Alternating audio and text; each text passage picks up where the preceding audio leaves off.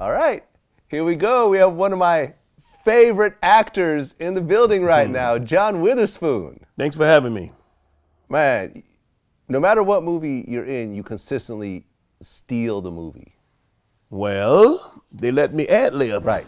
So that's my my thing. I can create jokes right on the spot. Right. So you're like, fuck Funny this. lines. You're like, fuck this script. We're going to do it this way. I can do it this way. I've done a many of them like it too. Do directors ever try to like argue with you about that? Oh yeah, when I was on Tracy Morgan show, they said, "Oh, Mrs. Witherspoon, you got to stick to the script." I said, "Man, this stuff ain't funny.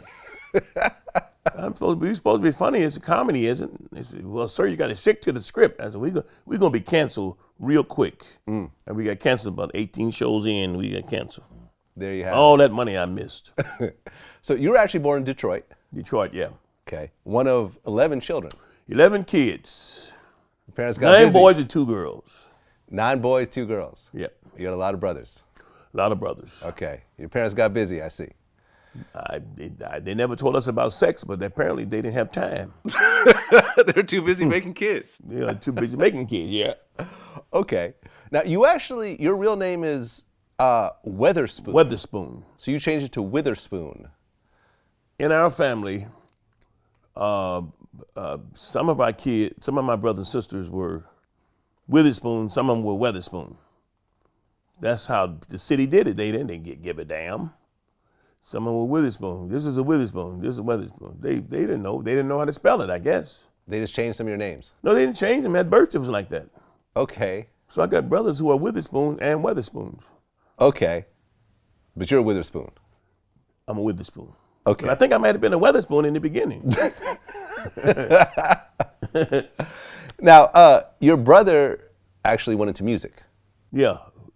And he joined Motown. Motown, he wrote for Motown, yeah. That's Okay. why I knew all the Motown artists. Right. Marvin Gaye, Smokey Robinson. Smokey, Temps. I used to play basketball with the Temptations. Right. Oh, any interesting Marvin Gaye stories? Because he was the enigma of the music world. Not really. He used to have this big Fleetwood Cadillac. And his little head was sticking out the driver's seat, driving that big Fleetwood. He said, "Spoon, you want to buy this one day?" I said, "I don't want that big ass car." That was funny when he mentioned that time. He had parked in the car one day. And I had another car. My car wasn't that big, but he had a Fleetwood. That's a big car back in the 65. Big car. Yeah. Okay. So how initially did you actually get into comedy? Well, I would live with my brother for about 6 months and his wife and their kids. And they would go every Thursday to a theater group, and they would do theater. I said, "Boy, that's pretty hip, y'all going to do theater and all that stuff." And so I said, "Boy, I'd like to be an actor one day." So what I did, I got in Yellow Pages and I called John Binkelman's acting classes. And so it was $25 a session, private lessons. And so I went and I did it. And first day I was there, I said, "Boy, this is exciting." So he was teaching Shakespeare. So I would be in there tearing up Shakespeare. So I was there for a year, and he said, and when he came to me, he said, "We have a comedy show every year. I want you to do some comedy." I said, "Man, I don't do no comedy. I'm barely getting past this Shakespeare." So I did. He said, "Think of something you funny. You can do it." So I did. I went there and stole the show. I had about 2 bits that I did. Very, very funny, and they died laughing. And I did an impression of Johnny Mathis back in that time. It was really a big deal. Mm-hmm. And so that's when I started doing comedy. I said, "Wow, maybe I can make some money doing this." And the guy who was who was a actor who was a singer, he said, "Why don't you and I go out on weekends and we do shows somewhere, you know?" He said, "You can do comedy and I can sing." So I said, "I don't give a damn." But we do old folks' home, man. I said, this is what comedy is, old folks' homes. Well, they up there like this, What? Farting in the room. So that's how I got into comedy. Okay. But when did you actually get on the whole comedy circuit? Did you start out at the Comedy Store? Oh, I started at the Comedy Store, 1974. I lived in New York for about 3 years. So I used to go to Bud Freeman's 44th Street to do comedy. But Bud Freeman put me on at 3:45 a.m. Oof. Yeah, it'd be two tables full of people in the room. And that's it. And then I'd get up and go to work the next day. See, I worked at Hoffert's for cutlery. We sold knives and stuff. So I did that back that was 72. So I started years ago. Then I said, this is not working for me. So I went back to LA, bought myself a car and drove all the way to Las Vegas to see what the comics are doing.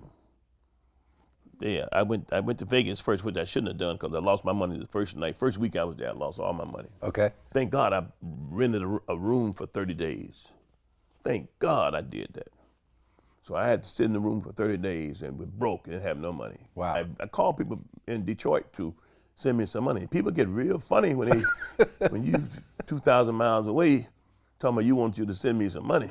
Right. Huh? What? It's a bad connection. Bad connection. Click. Some of bitches.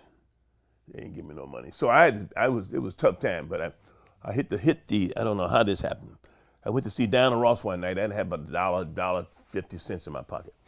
So I said, man, I might be going to throw this thing in the machine. I threw it in one of them machines. That thing said, I said, that thing, I got $7,000. Wow. Ain't that a bitch? Back then. Yeah, That's and more the guy like- paid me cash. So that's like 20,000 a day. Yeah, he gave me cash. Man, I thought this was some dream or something. I went back to the hotel. I ain't had no more than about a week left on my hotel room. I packed my bags and left that morning. 4 a.m. I come out of that damn Las Vegas. I got out of that. You know they have a divider in the street where this go with trees and stuff. Mm-hmm. You know, you go over here and make a turn to come this way. I went across that divider. I said, I'm getting the fuck out of here. I went across that damn divider, dirt all over the floor, you know, I done boom, boom, boom, boom, boom, boom, boom. And went back to LA. Okay. Went to LA. And then you went to the Comedy Store? I went to the Comedy Store about that first week, yeah. Okay. First week I was there. And then you started doing stand-up there? No, you go in there and you introduce yourself to Mitzi, and they put me on open mic night. Mm-hmm. Which is the lowest of the low when it comes to That's when you first start. Yep. Yeah, I would tell everybody, back in 74, we didn't have enough people to finish the open mic. We closed at 11 o'clock because they didn't have any more comics. Now they got to wait 3 weeks to get a job, get an open mic night. Right. So many comics a day. So during that time when you were just starting off, Yeah. was Richard Pryor and Jay Leno and David Letterman, were they all? They came that same year. Richard was already there. Richard was there before everybody. Yeah. Richard Mooney, Paul Mooney. Okay. Yeah, they were there. So Mitzi made me an MC because I needed that money for a job, see. Mitzi she made me the MC at the Comedy Store. So I MC'd the second show. Dave Letterman MC'd the first show. He was the MC of the first show. I MC'd the second show. So that's how I got into the Comedy Store. Then I was a doorman. I worked the door. I had to pay my rent, brother. I did anything I can. Not to go back to Detroit. Any job you could. Any job I could. And then I got a job at Gucci in the daytime. Okay. So I'm working days, and then Thursday, Friday, Saturday, I worked the Comedy Store at night from Gucci. Okay. So yeah, so I was always a hustler. Where was Richard Pryor in his career during that first year? He was popular. He was popping. Yeah, was he doing his stand-up specials yet, or no? Oh yeah, he was doing albums. Right. Yeah, he would do his albums. I was his opening act. Mitzi made me his opening act. Okay. 'Cause I would MC for Richard. So Richard would tell me to go up there and do 45 minutes. This after a while, after I had probably about 1975, yeah. So Richard would work 6 months on his album. He would do it every night. Then he'd go on the road. But he would work at the Comedy Store every night in the main room. Okay. Little room. He was testing out his material there. Originally, work on his material. Okay. Yeah, people in the back give him some lines, give him this and give him ideas. He did that for 6 months. Would not fail. He'd be there every night. He said, Spoon, come up here and hang with me. So I go over there with him. And And he did that's why I was proud of him. He was diligent. Well, I was having a conversation with a friend of mine the other day, and we were talking about Richard Pryor, and I said, I think Richard is the greatest black stand-up comedian ever, and he said, no, Richard Pryor is the best stand-up comedian ever. And I thought about it, and I'm like, shit, I think you're right. Did you say that? Richard was very popular. He's one of my favorite. Who else could it be? I mean, Eddie Murphy's obviously up there. George Carlin's no, Eddie Murphy up there. he didn't do stand-up that long. Yeah. Richard was stand-up forever. George who? George Carlin. But George Carlin was tough. Yeah. He was tough. Yeah. Yeah. He was. He was funny. Yep. He didn't give a damn. Nope. Richard Pryor, he almost birthed a lot of the comedians. I feel like he almost birthed them. Like I feel like Eddie Murphy wouldn't be Eddie without Richard. Well, I think a lot of them try to even look like Richard. Right. A lot of them cats, Steve Harvey and Tim Reed, they all try to look like Richard Pryor. I can see that. I said, y'all trying to be Richard Pryor, all of them. And they got over by it. They were successful. Yeah. But no, I know Richard would have him laughing so hard. Oh my God, he had him laughing. George Carlin was having thinking, but Richard Pryor had them laughing. Yeah. They would be laughing, boy. And so by me being the opening act, I would have a good, excellent crowd. The best crowd I think I ever had was Richard Pryor people. Every race in the world, movie stars, everybody come in to see Richard. Oh yeah. Everybody come to see Richard. We were in the original room. We were in the original room. You went on to do the Richard Pryor show. Yeah. They want funny people. And so Paul Mooney, which is one of Richard's best friends, cast the show for him. And he put us all on there. We were all on Richard Pryor's show. We didn't make no money, but it was still fun. We ain't lasted but 4 weeks. That's it, huh? Y'all get the fuck out of here. NBC. You were on the Jamie Foxx show, and you talked about how Richard was so high off of coke all the time. He was high. He was too high to work. A lot of them are like that shit. A lot of them are getting high off of coke. Well, Richard was too high. He couldn't deliver the line. He'd be slurring his words and stuff. I mean, Richard talked about getting high in his comedy act. Oh, yeah, he let everybody know he was getting high. Right. He would be on Johnny Carson saying that. Well, you said that Johnny Carson was doing coke all the time, All too. of them had coke. Johnny Carson had a hole put in his nose, had a hole in his nose.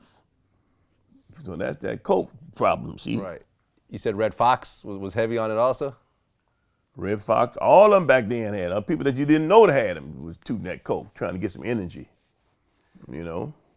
Well, did you ever read that interview with Quincy Jones, where he talked about how Richard Pryor had sex with Marlon Brando? I didn't know you can read it. Where was it at? It's an interview. It was an interview. Yeah, it was a written interview. Richard used to have a party at his house every Sunday. I ain't seen no Marlon Brando nowhere near that party. So I think that's all. I was a fucking doorman. I don't know what the hell they were doing. I was happy to have the little money she paid me to pay my rent. Right. When I first got to L.A. So I ain't seen him. I ain't never met Marlon Brando. I met Nico Brando. That was his son. Okay. When I was at Gucci, he would come in and say hello because I was like everybody's therapist in Gucci. So I would see them all. Sammy, everybody coming. Sammy Davis, Jonathan Winters, all them cats were coming to Gucci. Boy, that was the funniest job I ever had in my life. They were wonderful people. They treat me. They let me do anything. They get the women come and say, "Is Witherspoon here?" Old women. So I would take them around and treat them, give them a glass of wine, and I would meet all the women that come in there. Old women, that want somebody to say that they look good that day. So that was my job at Gucci. But as far as Marlon Brando and all that stuff, I don't know. All I know is that I never seen Marlon Brando at that party. He had about 100 people there. Okay. Well, Richard Pryor's widow said it was true. Said that Richard would get high enough. Oh, Jennifer? The white woman, I think. Jennifer? Yeah. I don't know. Well, she would know. I mean, she said that Richard would get so high off of coke that he would have sex with anything, pretty much. He said he would have sex with a radiator and buy it a drink the next day. Well, I don't know. I wasn't there. There you go. But I know that Richard was a funny man, and he didn't mind me opening for him but he didn't want me to open for him on the road. No? No. He said, Spoon, I love you, but you too funny to open for me. He was I scared. would get standing ovation. I bet. I get standing ovation also. So but that was good enough I worked him. Then we worked 1 week before he go on the road. He would work 1 week in the main room before he would go to Sunset Boulevard. It's a theater over there. That's where he shot. At the Pantages. It might have been the Pantages. I don't know where I was at. But he would go to the main room and do a week or two there. And that's where he and we had great crowds then. But you had great crowds. Anytime Richard Pryor come into the Comedy Store, the people wrapped around the block. Yeah, I bet. To see him. Probably just like a Chappelle. Yeah. Same thing. Yeah, I feel you. Were you still friends with him when he lit himself on fire, I guess? Yeah, oh yeah. Oh yeah, I called him at the hospital. He don't remember. Yeah. But Mooney was on the phone, and Mooney said, Spoon, and he, I said, let me talk to Richard. Richard don't remember that stuff. He was so out of it. But that's, I never did I ain't had no money to do nothing like that anyway. Right. I never had no pipe money. I was struggling to make it as an actor. Thank God, because I'd be horrible if I had blown myself up. In terms of acting, you were in Hollywood Shuffle. Oh, yeah. Was that your first film? Shuffle. No, that's not the face. I did Jazz Singer. Oh, okay. I did the Jazz Singer with Neil Diamond. Mm-hmm. But I was doing a lot of television.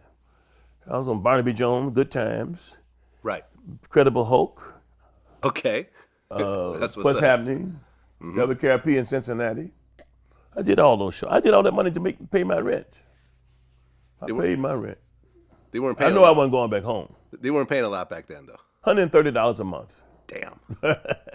1 bedroom, huge bathroom, huge living room, huge dining room. Okay. Yeah. Well, you were Meteor Man, actually. Meteor Man. Yeah, that was with Robert Townsend. Robert Townsend, right. And that was actually, was that the first black superhero movie? Yeah, probably was. Right. Yeah, Robert Townsend did Meteor Man. He did that after he did Hollywood Shuffle. Hollywood Shuffle. Right. And I think it was after 5 Heartbeats, too. Yeah, because I think the Meteor Man was the Meteor Man the first one he did? No. It was the third one he did. So he did Hollywood Shuffle. Right. And we were also in a movie called Rat Boy. No, I don't remember. You never heard that one? Never heard that one. That was Clint Eastwood's girlfriend at the time, Sandra Lott, called Rat Boy. And Robert Townsend was the lead in that. He was an actor in there. And what happened was... It's a boy that looks like a rat. Yeah, look like a rat, trying to run for mayor. Okay. 1986. Is that 86? Yep. Wow, that's a long time ago. So what happened was Mitzi made me the MC of the Comedy Store. See, I worked at the MC. So she wanted to keep me around the Comedy Store because I was good for her. So she didn't want me to be successful. I can understand that. So I worked the door, then I MC, and she would be collecting the money. Mitzi be in the corner collecting the money. Come up the steps, Mitzi be right there. So she said, Johnny, start the show. So I put the rope up and walk around and do the time on the stage. And she would holler from the booth, "Wait, Johnny, there are people in line." And I said, Mitzi, I'm doing my act. This is how we started, Mitzi and I. Thank God bless her, she just died. Yeah, rest in peace. But they had a show in the original room. Clint Eastwood was there and his girlfriend Sandra Lott, looking for some comics to be in Rat Boy. They didn't give me a showcase. A showcase is when you go show your stuff and see if he like you. I didn't get that. I was the MC of this show. So he got there, Clint Eastwood was there at 8 o'clock. Okay, so so now the comics say they don't want to go on right now because there's only about 12 people in the audience. And they don't want to go on now. So Mitzi said, Johnny, go up on the stage and do some time. come on, quick, do some time. We don't want Mr. Eastwood to be bored. So Clint Eastwood sitting in the back. I went on stage with 12 people, maybe 8, 9, 10, 11, 12 people. And I had them all dying laughing. And so then Mrs. said, okay, then she hollered from the back, start the show now, John. And so Clint Eastwood come up to her and say, look, I want him. She said, no, your show about to start now. You can pick the comics you want. No, he said, I want him. I want this one right here. He's the one I want. She said, well, what you gonna do? He said, I'm leaving. We got who we came to get.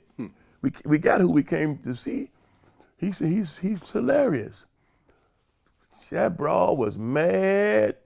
I got a showcase. What did you do? What did you say? I said, Mitzi. Messed it all up. He came up to see funny people, not you can be 3 people in the audience and make them laugh. Mm-hmm. Oh, well, she was mad. So the showcase stayed to kill the showcase wasn't no big deal. You still got the movie. I got the movie. Wasn't no money being paid, but I worked with him 3 or 4 times. I worked with him then. He did Bird. Mm-hmm. He called me to do Bird. He said, I want Chicken Wing. They called me Chicken Wing. Right. I want Chicken Wing to be in Bird. So I got another job out of him. Well, you did a bunch of movies. Yep. But for me, it wasn't until Boomerang that I really started paying attention. Boomerang with Eddie Murphy. With Eddie Murphy. With everybody. Halle Berry. Martin Lawrence. David Angrier. Yeah. Right. Okay, they had shot this movie. They were done. Boomerang was done. Yeah. And so you weren't in it. Eddie said, I want Spoon to play David Allen Greer's father. Right. Because Spoon is crazy. So he told Paramount that, and Paramount said, we don't want no Spoon. What is this Spoon? We're over budget already. We want to take the movie the way it is. Eddie said, and Warrington Hutland was the director. Reginald Hutland was the co-director. Reginald Hutland was a director. And so Paramount told Warrington, if y'all do it, we're going to squash this movie. And Eddie said, you don't work for Paramount, you work for me. Spoon gonna do this part. And so they got me, and I'm in LA. They shot the movie in New York. Mm-hmm. So we went, they got us to fly to New York, and the lady who played my wife, BB Massey Drake. They said, when I got to the set, when I got to New York, they said, Spoon, they want you to be funny in this movie. I said, okay, where the script at? They said, ain't no script. You the script. There's no script. What you mean I'm the script? Wow. What you mean I'm the script? He said, go to the wardrobe department and pick up something the stuff you wear all the time, the stuff you like to wear on TV, on the movies, and we want you to do this scene. And you do everything what you want to do. I said, I don't watch what you mean. I just flew in. I don't know what the hell's going on. So I went to the wardrobe department and got the mushroom jacket. I saw this thing and I said, this is the funniest outfit I've ever seen in my life. I'm doing like this. You're going through things. I saw the mushroom. I said, damn. Then I opened the thing, mushroom inside the belt. It had some socks and stuff. But I didn't get the socks. I said, I take this one right here. Fit me, perfect fit. So Paramount was mad. Oh my God, they sabotaging the movie. They sabotaged this and Witherspoon this and then Eddie did this. So they had some people, executives from Paramount, standing behind the camera. So Eddie said, Spoon, what do I do? He said, just ask me. I said, just ask me how do I pick my clothes. That's what you just do. Don't worry about it. I do the rest. So, Eddie quick like this. He's quick. So we open the door. Hey, how you doing? I'm trying to impress you. That's how I got into the scene. I'm trying to impress you. He said, yeah, you're always trying to impress me. He said, look at this outfit. I said, that's how we got into it. Right. Said, mushroom this, mushroom. That was a funny thing. But the catch line from that was bang, bang, bang. Bang, bang, bang, bang, bang. We used to do that in Detroit when I was a kid. You get a girl, go do the bang, bang, bang. We get a woman, boy, I got me a girl, gonna go do the bang, bang, bang. I put that in there and didn't tell nobody what I was gonna do. And they were laughing so hard. People at the table were laughing too hard. They had to shoot. And when I did the first scene about you gotta coordinate, the people from Paramount fell on the floor. They said, welcome aboard, Mr. Witherspoon. Thanks for coming. Right, you said, don't be. So, My son told me you pussy whip. Yeah, that's something I picked up right away. They said, change the subject. That's when BB came in. She was perfect when she said that. Cause we didn't know what she gonna say either. She said, come on, baby, just change the subject. I said, okay, fine. That's why I got into that. Then I looked towards Marcus. I said, Marcus, I'm late at the job, got you pussy whipped. That's what everybody, they laugh so fucking hard. He said, you can't be pussy whipped. You can't gotta whip that pussy. Don't be pussy whipped, reverse it.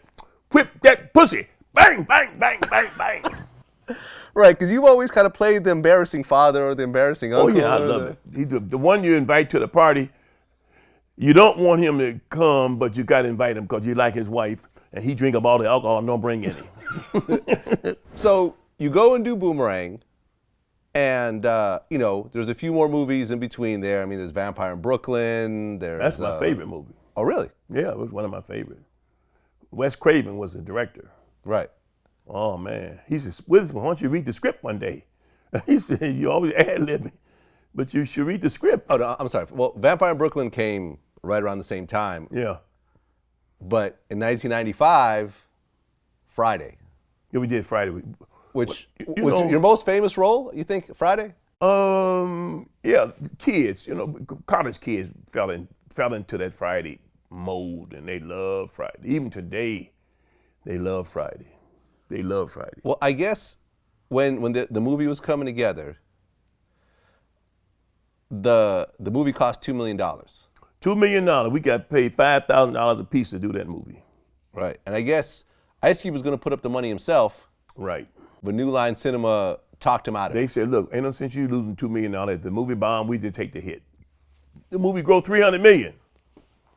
He could have gotten all that. And they're not going to come back and say, we made a lot of money, we're going to give you all the bonus. That ain't some bullshit. That don't happen in Hollywood. Okay, so you made $5,000.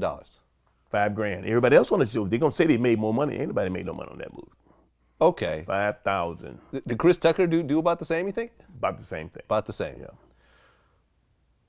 Did Ice Cube Ice Cube had some sort of ownership, so he had royalties. Well, he had ownership. He and DJ Pooh wrote the movie. Yeah. He used his production company, Cube Vision, I think it is. Okay. So he gonna get more money. Then you get more money when you do the second one. Okay. They did the second one. When you guys put together Friday, and I guess the whole thing was shot in 20 days, which is nothing. Yeah, everything shot in 20 days. Do you have any idea what you had on your hands? No, they didn't know. I had to pay my rent. I didn't give a damn what it was. It was $5,000. I had $5,000. I had to pay my rent. That rent, $130-some. I paid about three. See, I used to pay my rent 6 months ahead. Okay. So if I'm broke, I still can have a place to go home and sleep. That's what I used to do when I first started. 6 months ahead. It wasn't but what? It wasn't but about $1,000.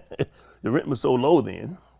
Well, I mean, this movie is in most people's top fives. Oh, they love it. That's amazing. We ad-libbed. I think I've watched that movie more than any other movie, honestly. But we ad-libbed all these comics. You got all these comics working.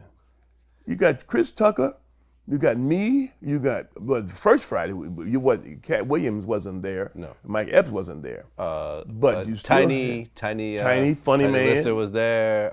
Funny ad line. We had what's his name? The crackhead. Was it AJ? AJ Jamal.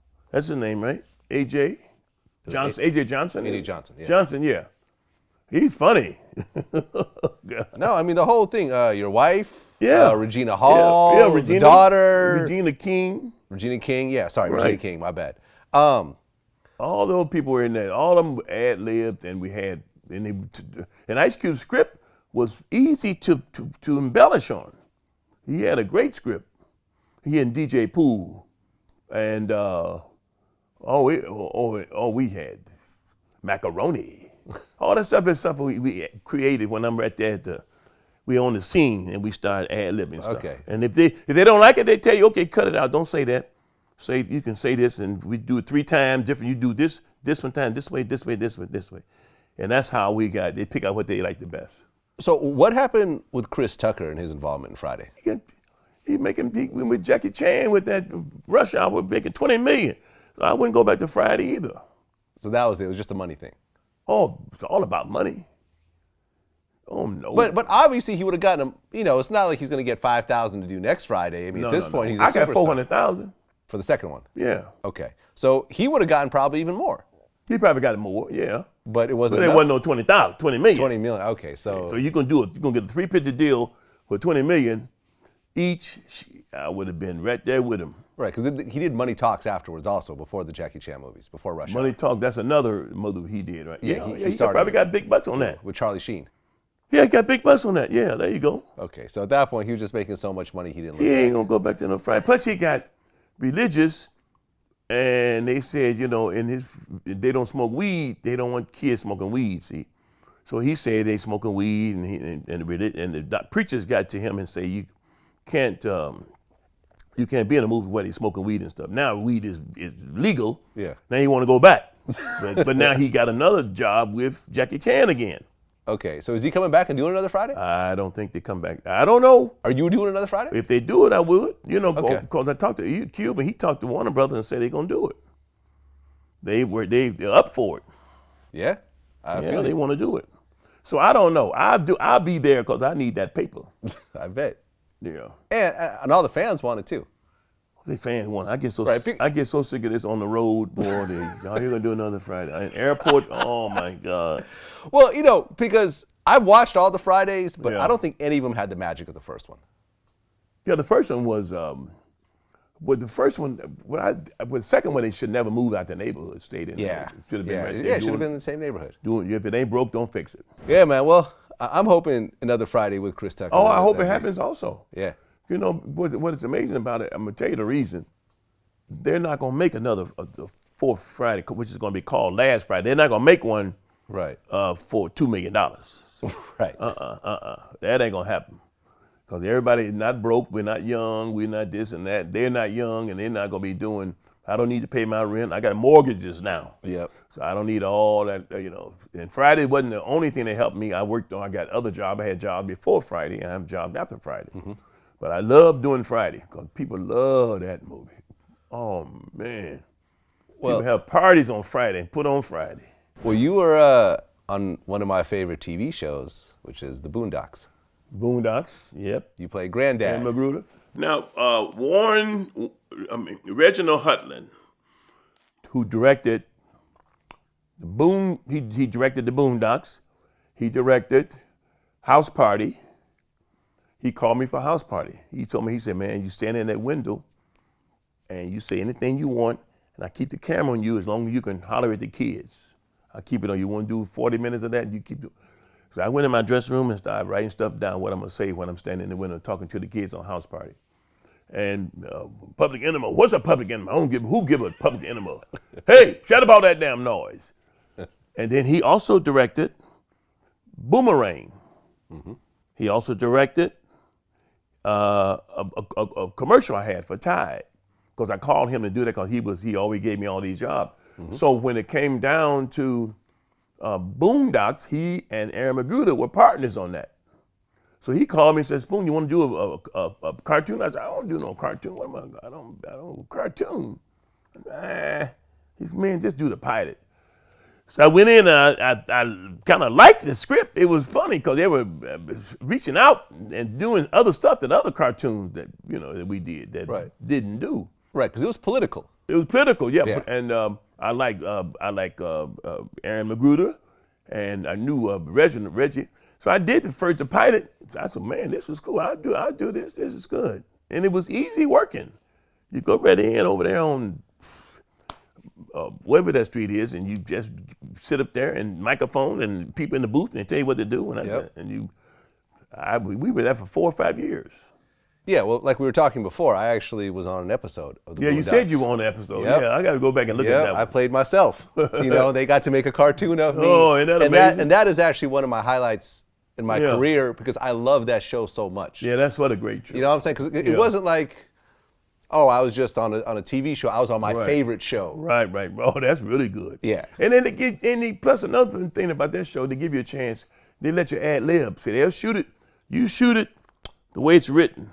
Now you shoot it the way you think it'd be funnier. Yeah. So that's what we would do. We would tape it and then tape it my way. And basically, Aaron Magruder and they were such great writers. Oh my God, that was funny stuff. Well, yeah, man. And what's funny is that some of the stuff on that show with like the man purse and like Oh my God, doing it today. The feminine dressing, that's all Today. with the young thugs of the world. Right. Like all that's happening today. It's happening today, boy. They called it all, man. Right. That's why they should go back and put it on Cartoon Network again. Just do it. Start it from the first one and go all the way to the end. Yep. So I mean, it was easy then. Plus the people love that show. I mean, some of the stuff I've done, that people love so much. I said, boy, I don't know if I would have loved this if I was not doing this, if somebody else did it. These people love Friday. They love the Boondocks. Yep. They love Wayne Brothers. They love Marlon and Sean and they think that, how your kids doing? It's not my kids, those are my friends, but they're not my kids. How are the kids doing? Throughout this interview, we talked about all the work that you've done, and you were getting paid, but you weren't getting these massive paychecks. No, you I weren't getting the multi-million. I made $1 million third Friday. Okay.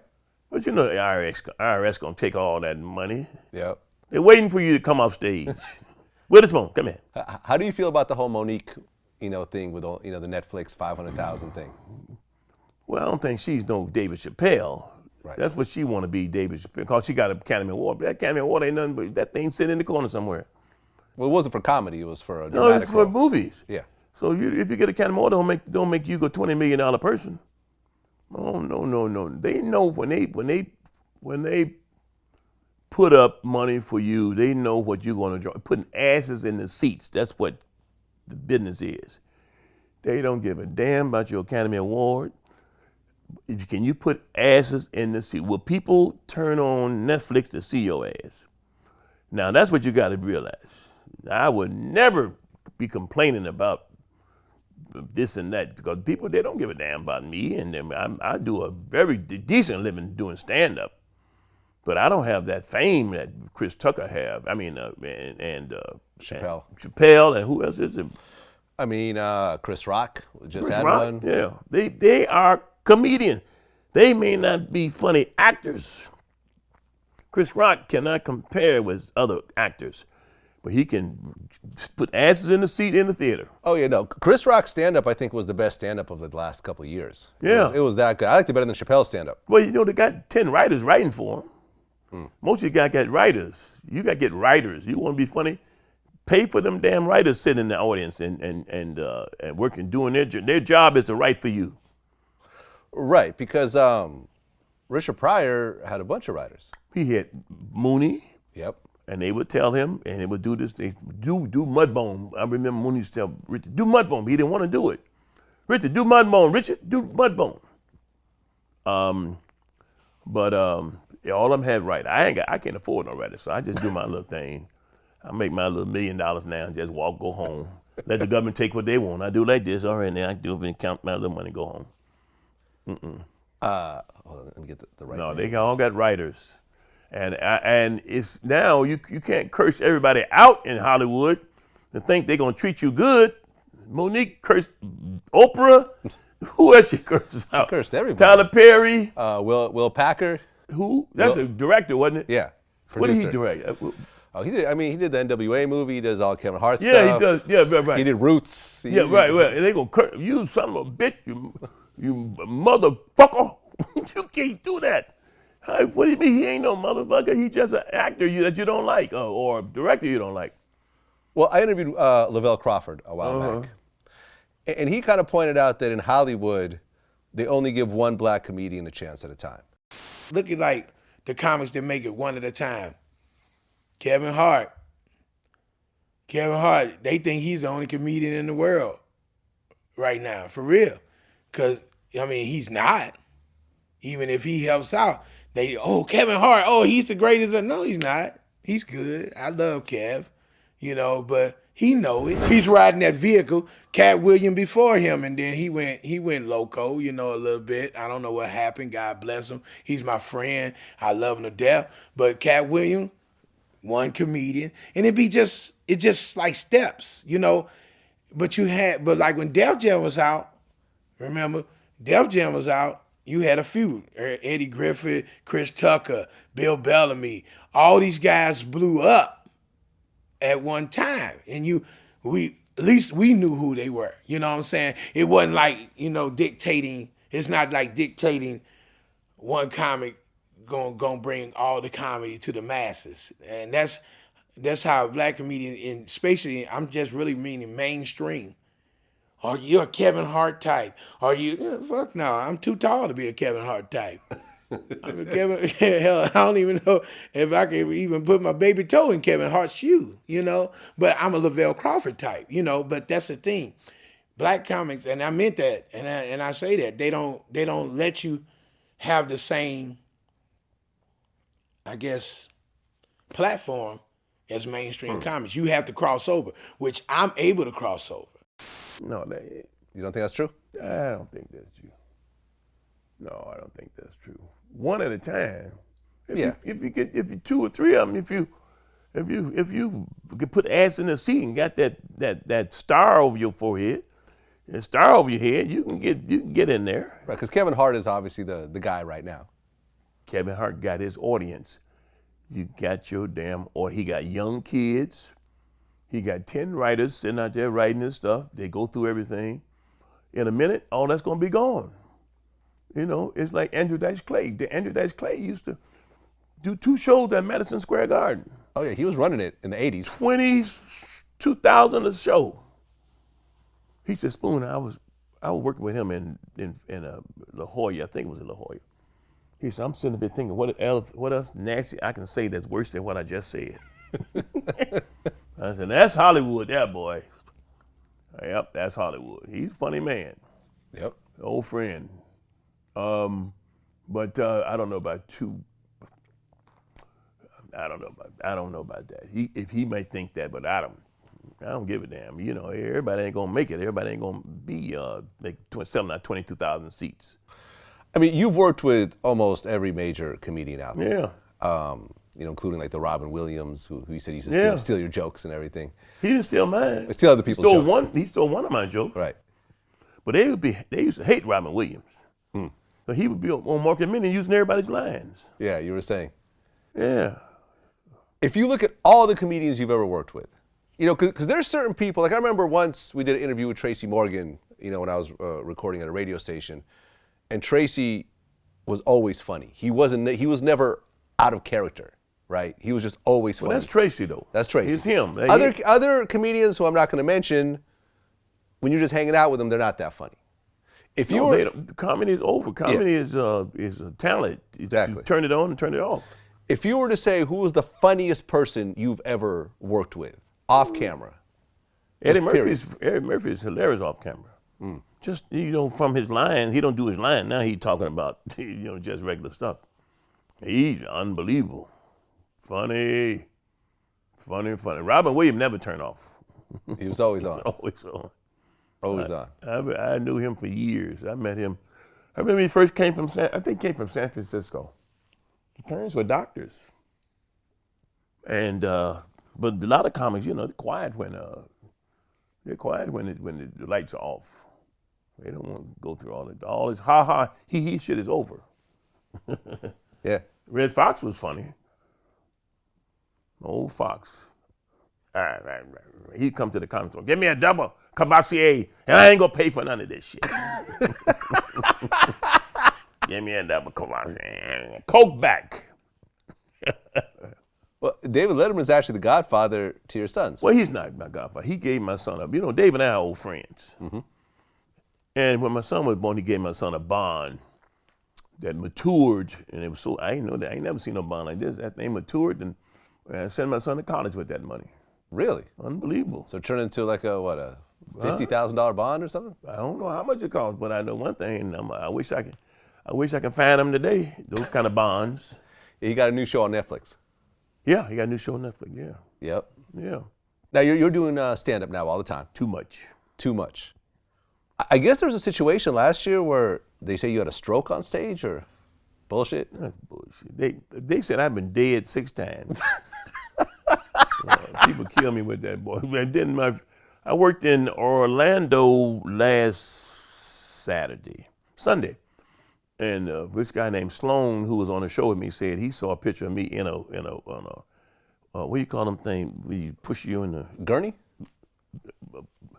That's what you call them, a gurney. Yeah, and they push you into the ambulance. They got me waving at somebody, waving at people. I had two colds too early, too quick to each other. So I'm about to get another cold. I said, I just got through with this fucking cold. So I started drinking. I just got me a thing for the Mucinex and started drinking half of it. I started drinking wine before the show. So I'm drinking wine. Then I took my high blood pressure pills. So I got on stage. I forgot my line. I said, I've done about 15 minutes. That's enough. I'm going. It wasn't no damn stroke. I forgot my act. That's why I don't drink no Mucinex and wine again. Mixed Mucinex and wine. Well, you're 76 years old now. Yeah. You've been doing this for 40 years. More than 40. More than 40 years. Oh, yeah. What keeps you going all these years? Because Cash, most 76-year-olds would probably be retired by now. Money. I like that cash. Keep you alive. If I had to get up now, I mean, forget doing an interview like this, if I'll be sitting at home by my waterfall if I didn't come and do this. And now tomorrow I got to drive to Oxnard. I'm working in Oxnard Improv. Thursday, Friday, Saturday. So and it's the cash, and to stay alive, you know. Right. I mean, I saw this documentary saying that the people that live the longest are the ones who feel the most useful. And they keep moving. I got bad ankles from playing basketball and tennis all my life. Okay. So I can't hardly walk. I can't jog and all that stuff. I used to play tennis all the time, and man, now I had arthroscopic surgery on my knee. It was hurting so bad. So I don't get out there anymore. So it keeps me going. Plus, I was broke when I was coming up. All them days when we were at the comedy store in the beginning, I didn't have any money. John Witherspoon, man, really appreciate you coming in. Thank you for having me. Huge fan. Yeah. Bang, bang, bang, bang. Bang, bang, bang, bang, bang. Don't nobody go in the bathroom for the next 35, 45 minutes. Yeah, boy. All that stuff I came up with. Get the deed. Shh, don't tell nobody. That's old school. What are some of the other your most famous one-liners? Bang, bang, bang, bang. You got to coordinate. Got to coordinate. I want to stop on the mushroom belt. Oh no, you can't stop that. And I see that on all. I got my phone. I see them. I see all them lines and stuff I did on the phone. That's amazing. YouTube. Yeah. Oh yeah, I got a cooking show on YouTube. I also have a cooking show. Cooking for poor people, I guess? Cooking for poor people. Because when you're hungry, everything tastes good. So I cooked. See, people try to. Aaron Magruder wanted to buy this, not buy it. He wanted to be part of the show. Mm-hmm. But now, I do it because I want to do it whenever I want to do it. Not, I have a schedule. I don't want to do all that. So all I want to do is just cook for poor people whenever I want to do it.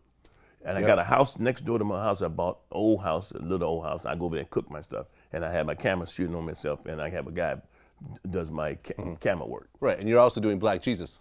We Black Jesus. We did the 3rd season. Hopefully, we'll be back soon. We finished. They rewrote all the scripts from Charlie Murphy. Yeah, rest in peace, Charlie Murphy. I'd interviewed him before, and we talked a few times. And we were talking before, I talked to him a couple weeks before he passed, and I had no indication. That's amazing. You know, some people like that. My brother's in the hospital right now in Detroit. He had his guts blockage. Mm-hmm. And he didn't even tell his kids. He's like, he's not critical, but he's in very serious condition. A lot of black people don't want to tell anybody nothing until they die. And I guess he don't want the people to come down and hovering over his face while he's in the hospital like, Daddy, bleed on that, Daddy. Well, I mean, I'll be honest, though, the last season of Black Jesus, he looked kind of sick. He looked kind of thin. A lot of people said that. Mm-hmm. And also when he did the show with the 4 comics, mm-hmm. with Cedric Entertainer. Yeah. George Lopez, and what's the name? Eddie Griffin, and it was Eddie. It's 5 of them then. D.L. Hughley. But we'll be back again on Black Jesus. I'm told we're gonna be back again. Well, you guys are already filming. We finished already. Oh, you already finished filming? We've been finished about 2 months. I'm thinking that why haven't they put it on? But they probably have to find a slot on. They're already on Hulu. What is it? Hulu? Hulu, yeah. Yeah, we're already on there, but they don't have a slot yet on the Cartoon Network. Yep. That's what it is.